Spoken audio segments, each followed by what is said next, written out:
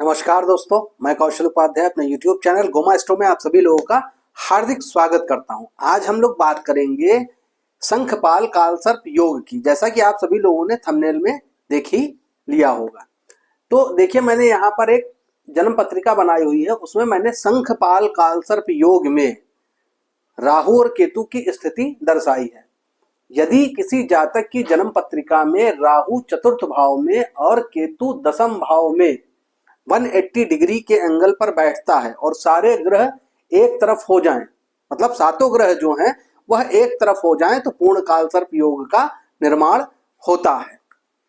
तो ऐसे समय में अगर कालसर्प योग का निर्माण हो रहा है तो उसका क्या फल आएगा, वह हम यहाँ जानते हैं। देखिए, यहाँ पर लिखा हुआ है, जन्म पत्रिका में राहु चतुर्थ तथा केतु दशम भाव में स्थित हो और नकारात्मक प्रभाव में हो तो जातक अपने माता पिता का सुख, भवन, भूमि, वाहन, आकस्मिक दुर्घटना, गुप्त शत्रु, कार्य क्षेत्र में अति संघर्ष, जेल यात्रा, अस्पताल के बड़े खर्चे, धन का नाश तथा कोर्ट केस व ऋण से दुख पाता है।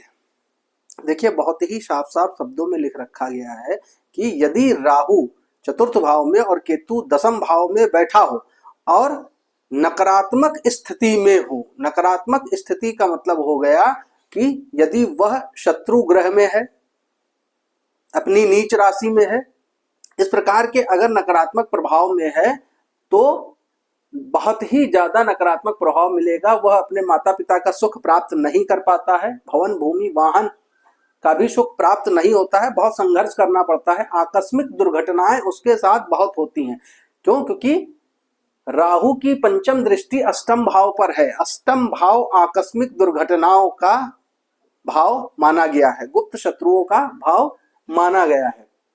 कार्य क्षेत्र में अति संघर्ष करना पड़ता है, जेल यात्रा की नौबत आ जाती है, अस्पताल के जो बड़े खर्चे हैं उनका सामना करना पड़ता है, धन का नाश होता है तथा कोर्ट केस व ऋण से दुख पाता है।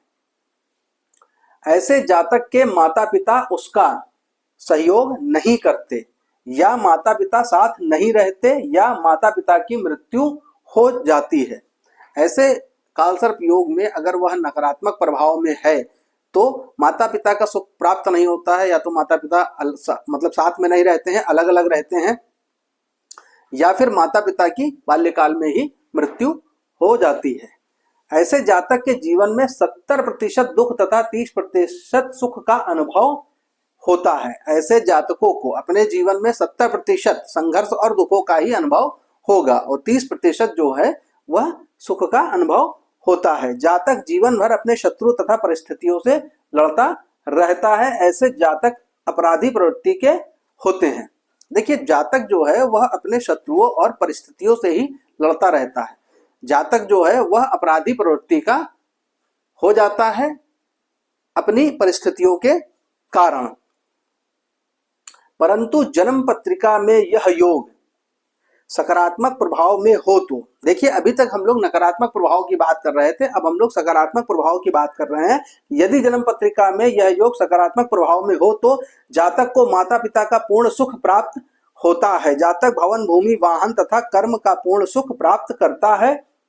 यश, मान, सम्मान की प्रचुर मात्रा में प्राप्ति होती है। चतुर्थ भाव का राहु तथा दशम भाव का केतु शुभ अवस्था में राजयोग प्रदान करता है। तो देखिए, जिन फलों को नकारात्मक अवस्था में बहुत ही ज्यादा खराब कहा गया था, वही फल सकारात्मक अवस्था में राजयोग प्रदान करते हैं। माता पिता का बहुत ही अच्छा सुख प्राप्त होता है, भवन, भूमि, वाहन का भी बहुत अच्छा सुख प्राप्त होता है।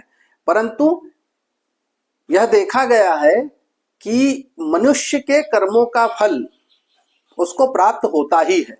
तो पूर्व जन्म में किए गए कर्मों का फल आपको इस जन्म में प्राप्त होगा। जिन जातकों के जन्म पत्रिका में नकारात्मक शंखपाल कालसर्प योग बन रहा है, उन जातकों से या उन जातकों के माता पिता से मेरा विनम्र अनुरोध है कि ऐसे जातकों के लिए आपको कालसर्प योग की शांति के उपाय करने की आवश्यकता है। अगर आप जहां से भी मेरा वीडियो देख रहे हैं, अगर आप किसी अच्छे ज्योतिषी से अपने अपनी या अपने संतान की या अपने परिवार में किसी की भी जन्म पत्रिका में अगर शंकरपाल कालसर्प योग बन रहा है तो उसका उचित विश्लेषण करवाइए और जो भी ज्योतिषाचार्य या एस्ट्रोलॉजर उपाय बताते हैं उस उपाय को करिए। अगर आपको कोई ऐसा व्यक्ति नहीं मिल रहा है जिससे आप उपाय करवा सकें तो आप हमसे संपर्क करके उपाय करवा सकते हैं, जन्म पत्रिका का विश्लेषण करवा सकते हैं। मेरा नंबर है 9305761231।